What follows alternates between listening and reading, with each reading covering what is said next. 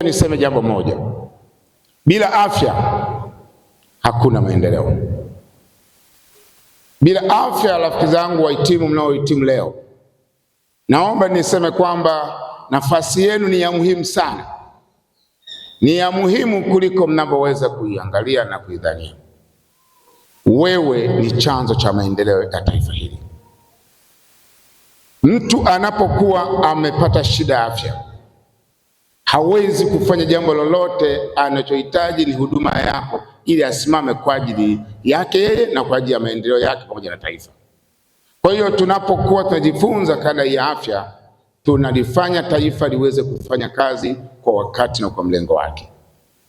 Ombi langu kwenu, endeleeni kuwa wavumilivu, endeleeni kuwa waaminifu, endeleeni kufanya kazi kwa weledi kwa ajili ya kuhakikisha Watanzania wanapata tiba iliyokusudiwa.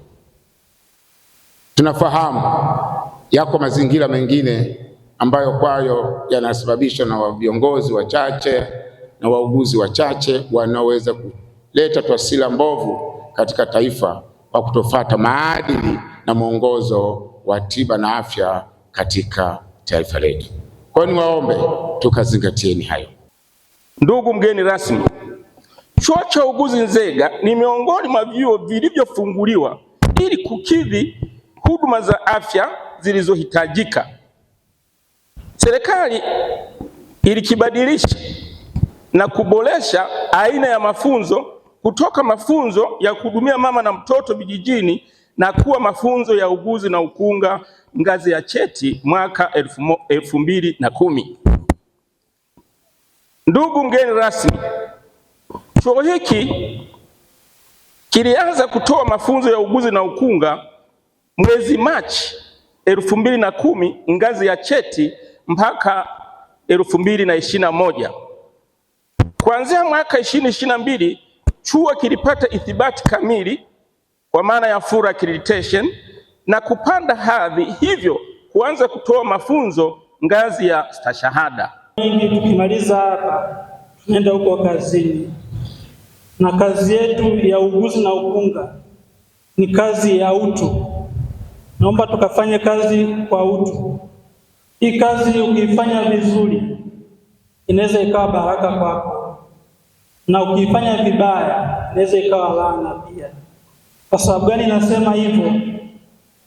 Wengi wanaokuja hospitalini wanakuja wanaumwa, wanategemea waje kwetu wapate matibabu, wapone wakiwa na afya zao zikiwa vizuri.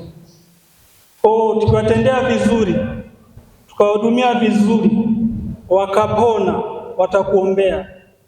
Wakikuombea unapata baraka kwa Mungu. Tunajua wengine huko tutakapopangiwa kazi tunaweza tukawa busy hata muda wa kwenda kanisani tusipate, lakini wale wagonjwa wakija tukawahudumia vizuri wakapona, huko wakienda nyumbani watakuombea wewe, utapona. Na vile vile mgonjwa amekuja kwako, hujamhudumia ipasavyo, ukamneglect huyo mgonjwa, akienda huko sidhani kama atakuombea vizuri. Kwa usitegemee kupata baraka hapo, kwa kwako itakuwa ni laana. Kwa nawasihi sana wahitimu watarajiwa, mkipata bahati mkaajiriwa mkaenda huko kazini, mkafanye kazi kwa utu.